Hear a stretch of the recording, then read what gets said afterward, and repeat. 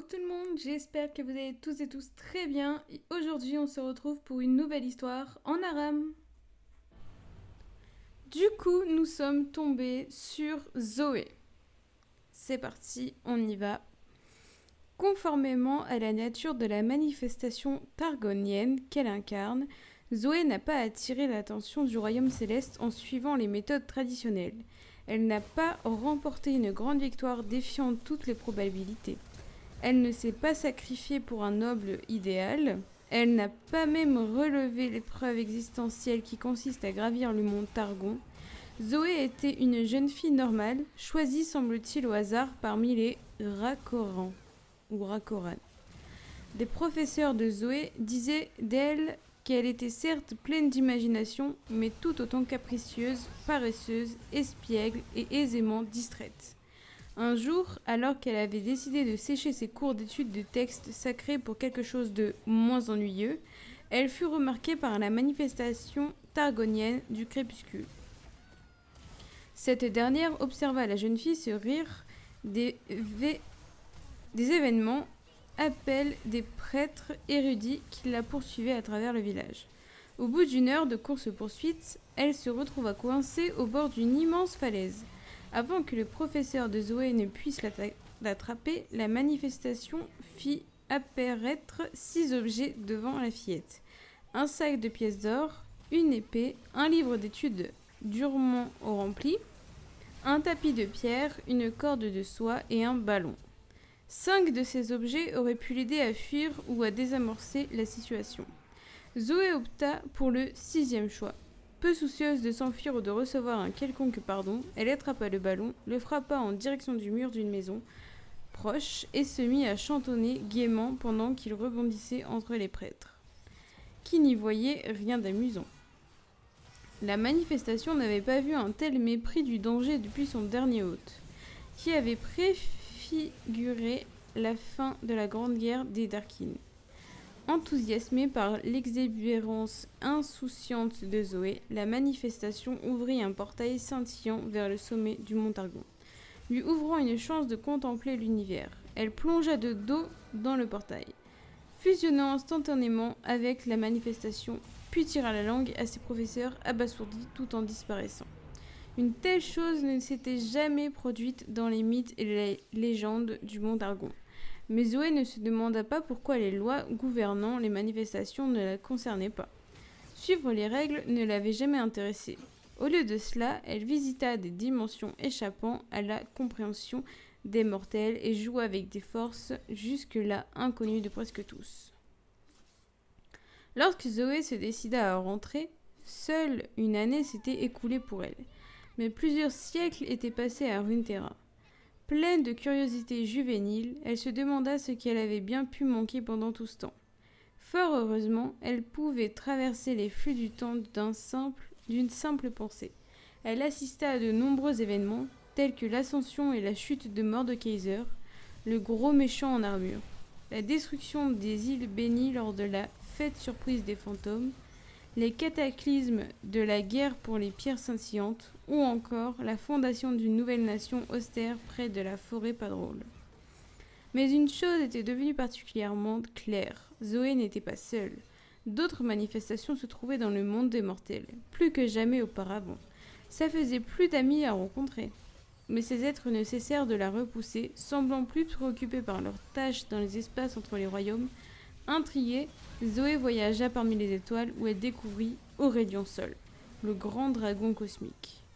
Bien qu'il la méprisât sans le cacher, comme il méprisait tous ceux de sa race, Zoé retournait toujours aux côtés du dragon pour essayer de comprendre la source de son irritation. C'est en écoutant ces diatribes grandiloquentes, et prétentieuses, qu'elle découvrit que les autres manifestations l'avaient humiliée en la couronnant d'une relique maudite qui avait siphonné son pouvoir. Zoé eut pitié du pauvre toutou cosmique et jura de faire tout ce qui était en son pouvoir pour le protéger. De son côté, Aurélien Sol cessa de menacer de la détruire lorsqu'il prendrait enfin sa vengeance. Que la curieuse relation entre Zoé et le forgeur d'étoiles soit due à un simple caprice, a un tempérament possessif ou a une vocation de semeuse de chaos. Nul ne le savait vraiment. Pour les érudits et les mystiques du Montargon, l'apparition d'une manifestation est généralement source de joie, mais l'imprévisibilité de Zoé les laisse cette fois-ci dubitatifs. Car Zoé elle-même ne sait pas ce qu'elle présage. La seule certitude est que Runeterra est sur le point de connaître une profonde transformation qui pourrait se faire dans le chaos, la destruction et le sang. Voilà. Et maintenant, on passe à son histoire. Juste avant, je vous avais raconté la biographie de Zoé.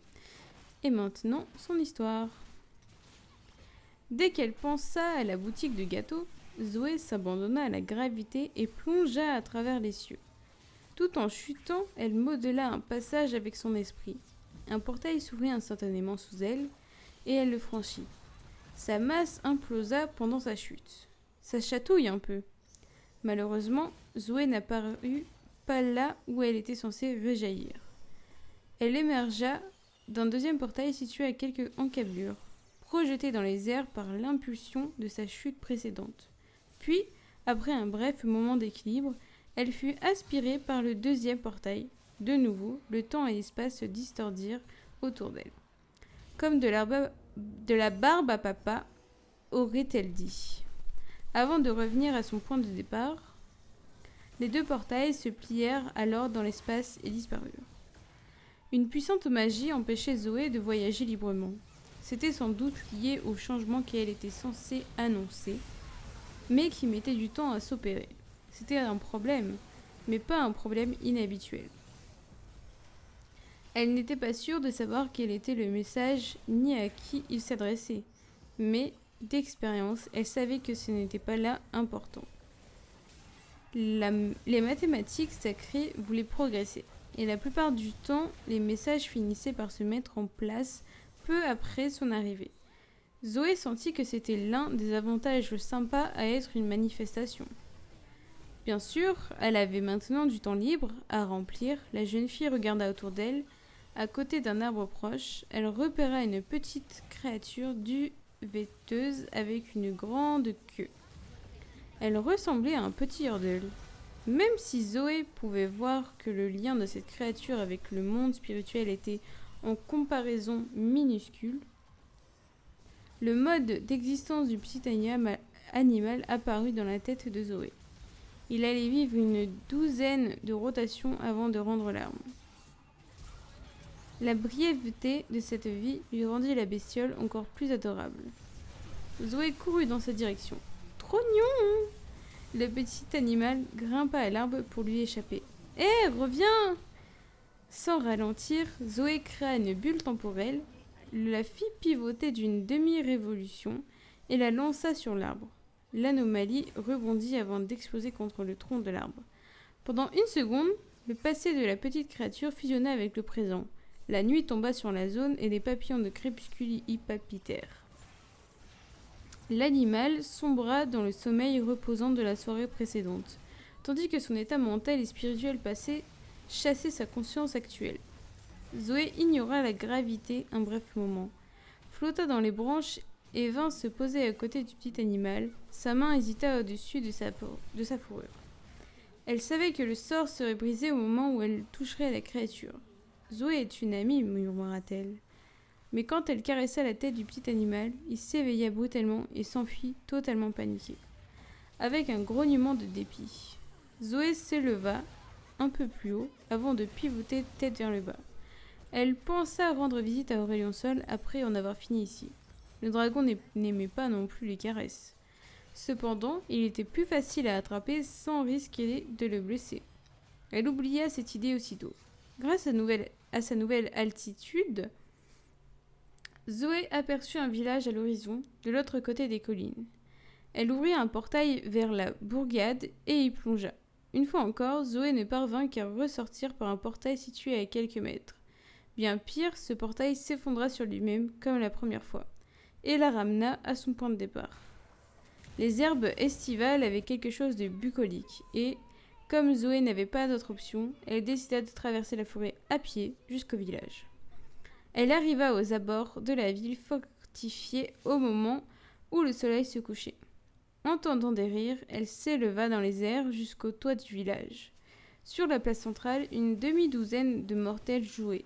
Ils avaient la même taille que Zoé. Au contraire, des enfants ou des adultes qu'elle avait récemment rencontrés ailleurs sur la planète. L'un des garçons poursuivit une fille, tous deux riaient. Les règles du jeu n'étaient pas claires.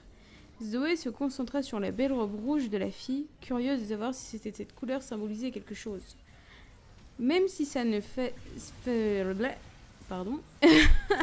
Même si ça ne faisait pas partie du jeu, elle plaisait beaucoup à Zoé. La fille semblait plus grande que les autres demoiselles, et Zoé eut le sentiment qu'elle pouvait lui enseigner quelque chose. Le garçon aussi était intéressant, mais pas de la même manière. Elle voyait que la durée de vie de son incarnation actuelle serait courte. Mais Zoé se disait que ce serait génial si c'était elle qui poursuivait. Il y avait quelque chose de merveilleux dans son menton, dans la forme de ses lèvres. Elle déglutit nerveusement. Après tout, cela faisait longtemps que Zoé n'était plus une mortelle et n'avait plus mis les pieds dans ce royaume. Elle avait un peu peur que le groupe ne l'accepte pas et qu'elle ne puisse pas participer au jeu.